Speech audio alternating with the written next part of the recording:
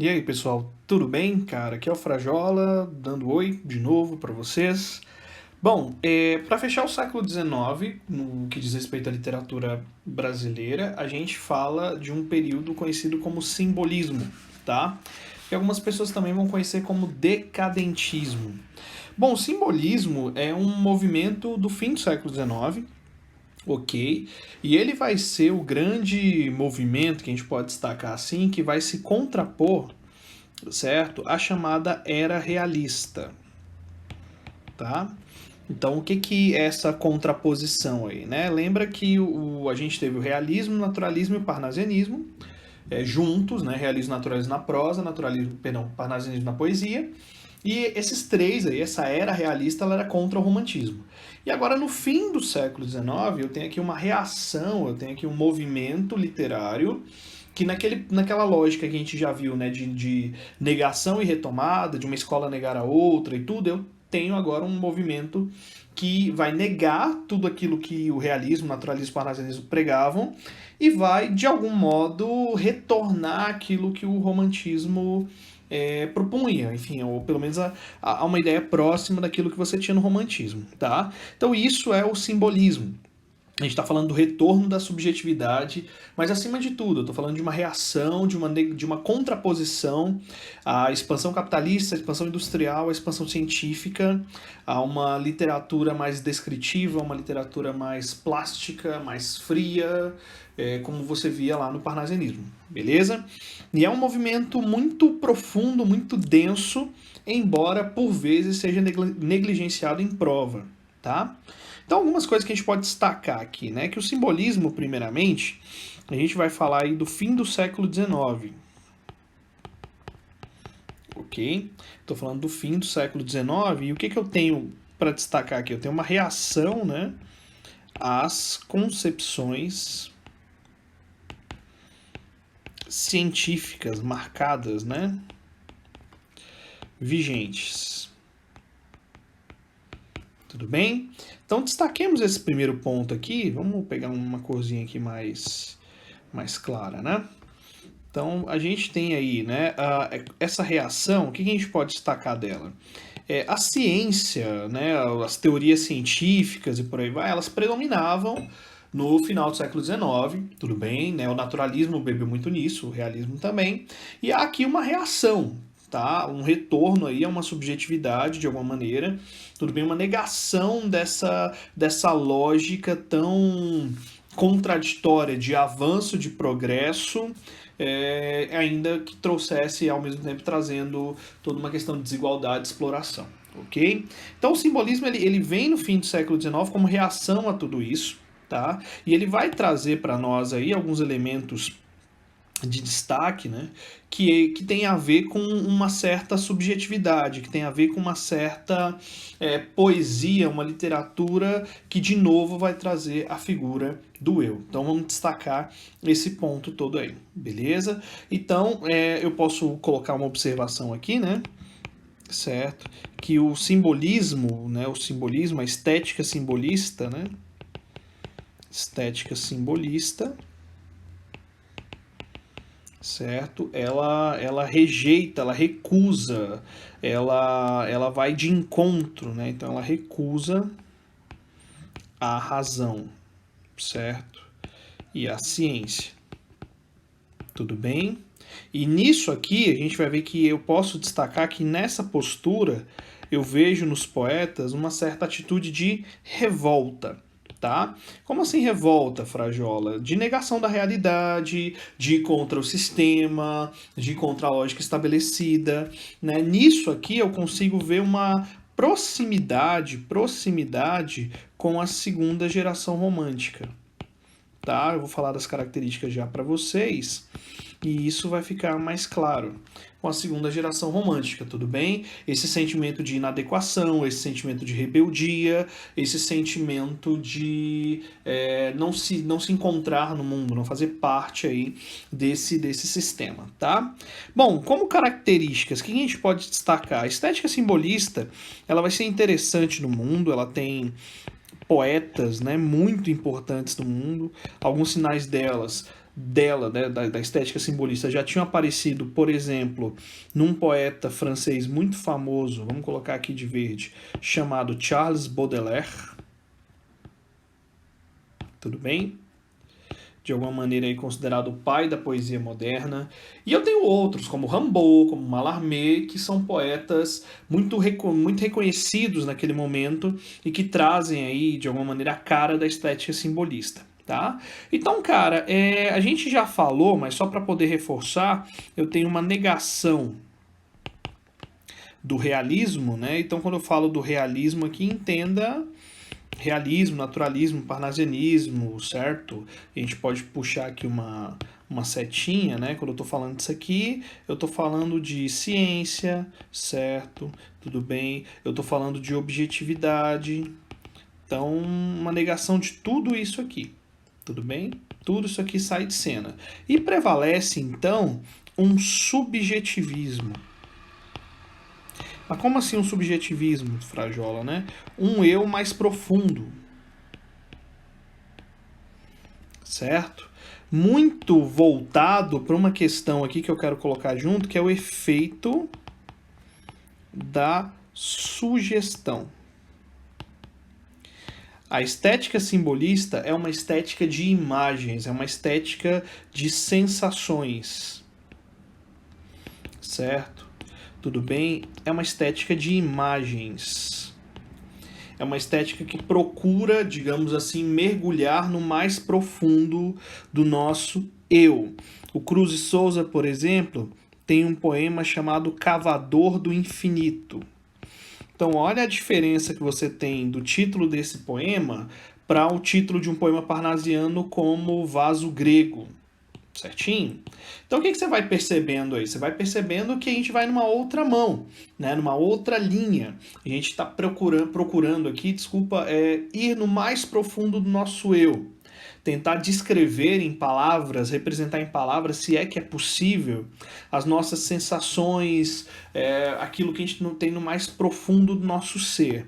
E aí eu vou ver, por exemplo, que nessa ideia de efeito de sugestão, a gente tem muito frequentemente as chamadas sinestesias, certo? Sinestesia é aquela figura de linguagem que mescla as sensações, certo? Quando eu falo, por exemplo, Cruz e Souza escreve lá da luz fria, né, da luz pálida e gelada, isso é um exemplo de sinestesia. A poesia simbolista, no fim das contas, ela é uma poesia difícil, tá? Então eu vou ver que o simbolismo aqui, ele é marcado por uma coisinha que eu vou colocar de vermelho aqui, que é a estética simbolista, ela é chamada por alguns de uma estética meio hermética. Tá? O que é esse hermetismo aí, Frajola? Esse hermetismo seria o fato dela ser uma poesia mais fechada em si mesma, voltada para o eu, não exatamente com critério de denúncia social, mas com uma coisa de reflexão, de relação com o cosmos, de relação com o transcendente e por aí vai. E desse jogo todo, uma característica que vai te ajudar muito em prova é a questão da musicalidade. Certo? Musicalidade. Cara, os sons aqui vão ter um papel muito, muito importante. Beleza? E aí nesse rolo aqui, né, nessa adoção de uma musicalidade, não só como tema, mas também na estrutura, a gente tem a presença muito forte de aliterações, certo? E assonâncias, aquelas figuras de linguagem, a primeira que repete as consoantes, a segunda que repete as vogais. Então, quando o Cruz e Souza escreve lá o vozes veladas, veludosas vozes, isso é um exemplo de aliteração, tudo bem? Então, cara, musicalidade, eu vou até passar aqui o marca-texto de azul mesmo, para vocês terem isso em mente. Cara, é uma marca do simbolismo muito importante. Tá? Aqui no Brasil, o simbolismo, já vou explicar isso aí um pouquinho mais para vocês, o simbolismo ele vai estar muito voltado, ele surgiu no final do século XIX, beleza? Só que ele vai estar muito mais forte lá em períodos posteriores. Por exemplo, a Cecília Meirelles é uma neossimbolista. Então ela retoma características desse período. E tem o fato de que o nosso simbolismo não, vamos falar assim, não vingou tanto aqui. certo? Que mais que a gente pode colocar aqui como características antes de a gente ir para os autores? A gente vai colocar aqui do ponto de vista temático a questão da irracionalidade e a questão do mistério. Tudo bem? Tudo isso aqui serve justamente para trazer para a poesia, né, ou para tentar representar na poesia esse sentimento de deslocamento, tudo bem? Essa tentativa de mergulhar no mais profundo aí das coisas, no mistério da existência, no mistério do eu. Sei que você tem respostas muito objetivas para isso. Ou seja, você sai da explicação empírica, da explicação científica, da explicação subjetiva e entra num mergulho no interior de si mesmo, tudo bem? Na tentativa de entender aí o que há de mais profundo em si. E aí, por isso, você tem a predominância do que é irracional, do que é ilógico e desse senso de mistério, tá? Que tem a ver com um certo transcendentalismo deles também, a gente pode falar disso. Por falar no transcendentalismo, deixe-me puxar aqui a questão do misticismo e a questão da religiosidade. Tudo bem? Há uma coisa meio ritualística aqui, né? De ritual, de incensos, de altares, como se o fazer poesia, o fazer poético tivesse vinculado a isso, tivesse uma dimensão um tanto quanto ritualística, tá? Diferente daquela coisa científica que vocês tinham visto lá no parnasianismo, por exemplo. Ok? Então o que vocês têm aqui, cara? Vocês têm uma poesia que procura no universo, no cosmos, no transcendente, essa coisa do misticismo que é muito interessante, porque depois lá no Augusto dos Anjos aparece essa referência ao cosmos, ao universo, ok? Essa tentativa de se achar aí, de mergulhar, né, no infinito interior, né, como uma alegoria do infinito, né, numa relação com o próprio infinito ali, ok? Então o mistério para eles, junto com essa questão do místico e tudo, faz com que a poesia seja relativamente abstrata e difícil, e que ela se torne não exatamente uma coisa de conhecimento intelectual, de apreensão intelectual, de eu vou ler e vou entender, mas uma experiência sensorial, uma experiência sonora, e por aí vai, tá? Os poetas simbolistas foram chamados por alguns de nefelibatas. Tudo bem?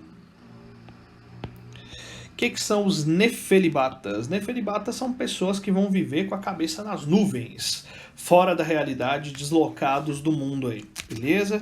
Então vocês vão ver que eles vão falar muito do que é inefável, do que é intangível, tudo bem? Do que é inacessível, tá? Então é isso que vocês vão ver nessa poesia. Essa poesia vai chegar aqui no Brasil em 1893. Tá? No Brasil, o simbolismo ele começou na França. Vamos aqui para a nossa próxima tela. Tá? O simbolismo ele começa na França em 1880. Né? Eu vou falar do surgimento dele aqui rapidinho. Tá? O surgimento dele eu vou falar de 1880, né? Na França, certo? E no Brasil chega um pouquinho depois, 1893.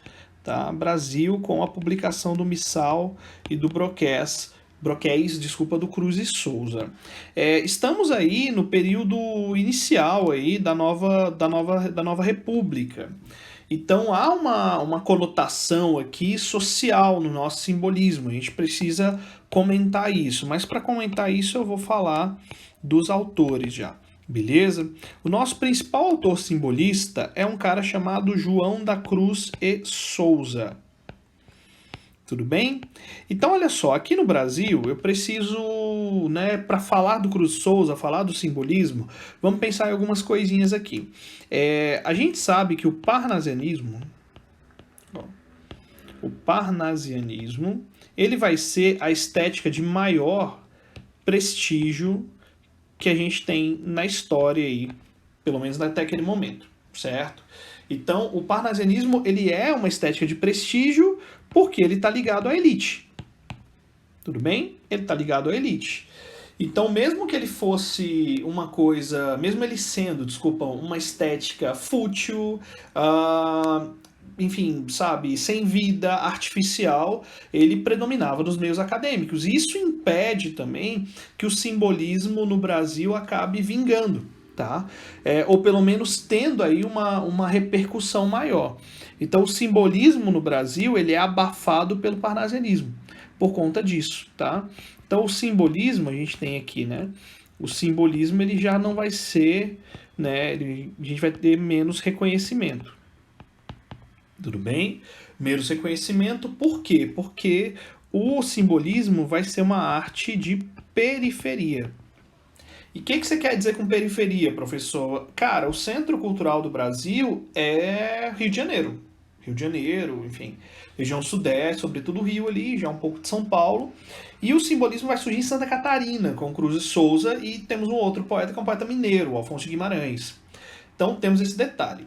E além disso, nós temos o fato, né, só para pegar em um aspecto que tenha muito a ver com a nossa história e que ainda, infelizmente, se mostra, perdão, muito atual, a questão do preconceito racial. Nosso principal poeta simbolista era negro. O João da Cruz de Souza é o poeta negro. O nosso cavador do infinito, o nosso Dante negro, o nosso cisne negro, é um poeta que é um poeta genial, é um poeta muito, muito, muito interessante, é um poeta muito complexo, só que é um poeta que acaba não encontrando aí o seu lugar ao sol, uma vez que é vítima de preconceito, certo?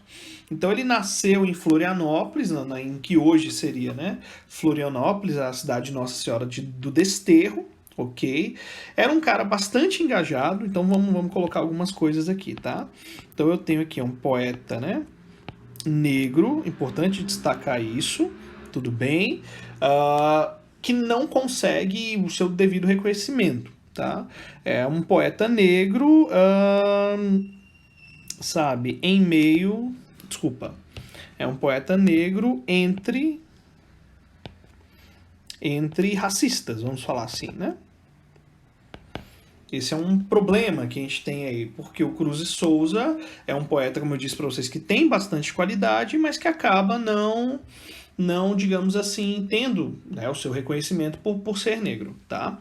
Então ele nasceu no ano de 1861, vai morrer muito novo, em 1898, tudo bem? Eu tenho aqui, né, no caso do Cruz de Souza, um engajamento social, que é interessante, ele era abolicionista, ele era republicano, enfim, ele era engajado nas causas sociais daquele momento, tá?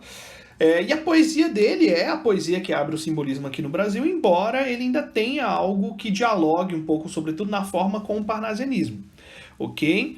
Então o Cruz de Souza, ele era filho de escravos, tudo bem? Tá? Ele é filho de escravos. E ele estuda nos melhores colégios, ele estuda numa boa universidade, faz um bom curso graças à questão do apadrinhamento. Apadrinhamentos. Tá? O que são esses apadrinhamentos? O senhor, né, o dono lá, o cara que cuidava, que era senhor dos escravos, né, dos pais dele, acaba, enfim, né, bancando os estudos do Cruz de Souza, e durante a vida, por ser vítima de preconceito, ele depende de alguns apadrinhamentos também, né? Esse é um detalhe, né? Quando eu falei que ele é entre racistas, a gente tem a questão do preconceito, certo? Então, esse preconceito e... Opa, fiz besteira. Preconceito e exclusão. Porque o Cruz de Souza não vai ter o seu devido reconhecimento por conta de ser negro, devido ao fato de ser negro. Tudo bem? Não é pela qualidade da sua poesia. É importante demais destacar isso. Demais mesmo. Então, um cara que tem uma vida muito, muito, muito sofrida, muito mesmo, tá? E esse sofrimento que aqui tá que tá forte na poesia do Cruz de Souza, ele vai enfim, ser o reflexo na poesia de uma experiência de vida muito difícil, sabe? De um casamento em muitas dificuldades, de perda de filhos muito cedo, perda da esposa, sabe? De tentativas e tentativas de se inserir nos meios acadêmicos e elas simplesmente não darem nada, de carregar um peso grande aí por ser negro, né? O Cruz Souza tentou adentrar os meios acadêmicos ali do Rio de Janeiro, não conseguiu, ficou muito doente, enfim, depois um amigo dele, o Nestor Vitor, que havia bancado ele numa época, manda ele para Minas Gerais, né? Quando ele fica doente, mas lá em Minas Gerais ele acaba morrendo e ele é mandado de volta para o Rio, num vagão de trem junto com os animais, com os cavalos, uma coisa super desumana e desrespeitosa, tá? Isso no Brasil no final do século XIX, tá? O nosso poeta do desterro, o nosso desterrado aqui, como eu dizia, o Dante Negro do Brasil, é um grande poeta, mas que ainda não, naquela época e talvez ainda hoje não tenha tido o devido reconhecimento, tá? O que a gente pode falar do Cruz e Souza assim como um todo aqui? Vou colocar de preto para vocês, ó. O Cruz e Souza tem uma linguagem que é uma linguagem complexa, tudo bem? É uma linguagem formal e complexa, tá? É um pouco de herança do parnasianismo aqui que ele traz para nós, beleza?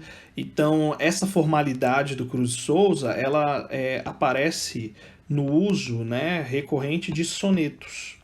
Cruz de Souza escreve muitos sonetos, tá? Mas apesar disso, apesar dessa forma, digamos, parnasiana, a poesia dele ela é simbolista e ela tem a complexidade do simbolismo mesmo, ok? Bom, a gente tem na poesia dele alguns temas ligados à sua experiência pessoal e ao seu sofrimento pessoal. Então a gente pode falar, por exemplo, que na poesia dele há a questão do sofrimento. Ei, professor. O sofrimento da condição negra. Os simbolistas usavam muito a expressão dor de ser, né? Então, no caso do Cruz Souza, há esse agravante aí, né? Então entra a questão do preconceito, tudo bem, esse tema super atual aqui no Brasil, tá? A questão da dor de ser negro, tudo bem, o peso que se carrega em relação a isso. Do ponto de vista das cores, né? Isso é muito forte na poesia do Cruz Souza. A gente tem a obsessão pela cor branca, tudo bem? Seja da neve, seja da névoa, seja da lua, tudo bem? Sejam de flores brancas, de pétalas de rosa, da pele da mulher. Então eu vou ver essa questão toda aqui, beleza? Há no simbolismo essa questão da dor de ser, sabe? Da imperfeição da matéria, que leva a alguns temas que o Cruz Souza também trabalha. Que temas seriam esses, né? Seria uma questão de uma sublimação do eu. O que é a sublimação? Essa mudança de estado aí, né? Essa sublimação do eu, né, no sentido de desprender-se do aspecto físico, desprender-se da matéria, ainda mais porque, não vou nem colocar físico aqui, desculpa, vamos apagar. Desprender-se dos desejos. Tudo bem? Desprender-se dos desejos, libertar-se dos desejos. Tá? E aí a gente vai ver que ao lado dessa né, sublimação, inevitavelmente há uma espiritualização, tá? Que inclusive tem um componente de cristianismo, de catolicismo aqui. O simbolismo como um todo não é cristão, católico, não é isso? Eles têm uma ligação com a religião, mas muito na questão ritualística mesmo, na questão até das religiões orientais, das simbologias, né? Essa questão do símbolo é muito interessante para eles. Tá? E que vai dialogar um pouco ali com a pintura impressionista do final do século também. E no caso do Cruz Souza, a gente vai ver que uma vida de sofrimento, tudo bem, de racismo, sabe, de exploração, de ser um cara assim, muito inteligente, um cara muito competente, um cara muito habilidoso, um cara que falava vários idiomas, um cara que tinha um diploma de direito nas costas, mas não consegue seu lugar ao sol, seu reconhecimento único exclusivamente porque era negro. Esse é o Brasil. Tá? Há um filme sobre a vida dele, chamado Cruz Souza, o Poeta do Desterro, para quem tiver interesse, tá? Em ver mais ou menos para onde, né, um pouco dessa experiência, né, dessa experiência tão dolorosa na vida do Cruz e Souza. certo? Ele não foi reconhecido em vida, basicamente, sabe? Teve uma vida muito, né, sofrida, como eu disse para vocês, e foi vítima de preconceito. Ele é retomado quando começa a onda neossimbolista lá da segunda fase do modernismo, com a própria Cecília Meirelles e tudo. Ok? Infelizmente é um cara que a gente não vê muito em prova. Não quer dizer que a gente não veja, mas a gente acaba não vendo muito. Tá bom? O outro poeta que a gente pode destacar aqui, para não se alongar, é o Alfonso de Guimarães.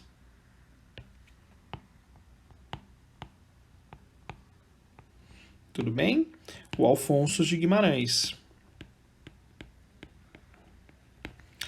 O Alfonso de Guimarães chegou, inclusive, a frequentar os grandes centros literários, ok? Um cara que teve aí o seu reconhecimento. É um poeta mineiro, tá? De uma poesia mais simples. É um cara que tem uma ligação literária aí famosa. Ele tinha um grau de parentesco com o Bernardo Guimarães, o autor da Escravizaura. Beleza?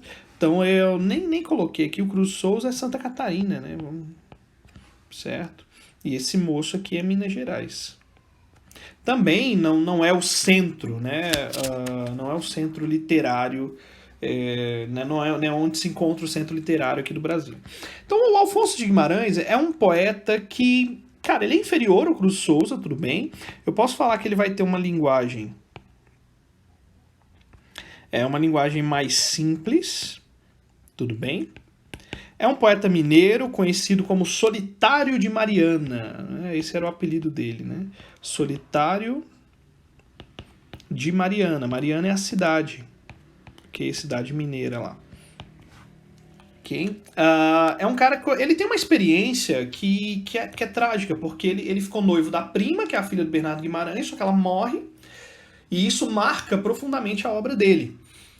Tanto marca que ele vai trazer como tema na sua obra a questão da morte da amada. Tá? A morte da amada, tudo bem, vai ser o tema da poesia dele, junto com a questão da religiosidade. Vamos falar assim, ó, de uma religiosidade litúrgica. Ok?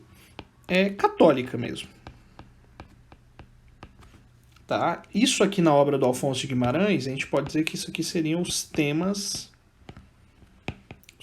principais. Belezinha? O Alfonso levou sua vida, né, teve o seu reconhecimento e tudo, mas a sua poesia, ela tá carregada ali dos elementos simbolistas, beleza?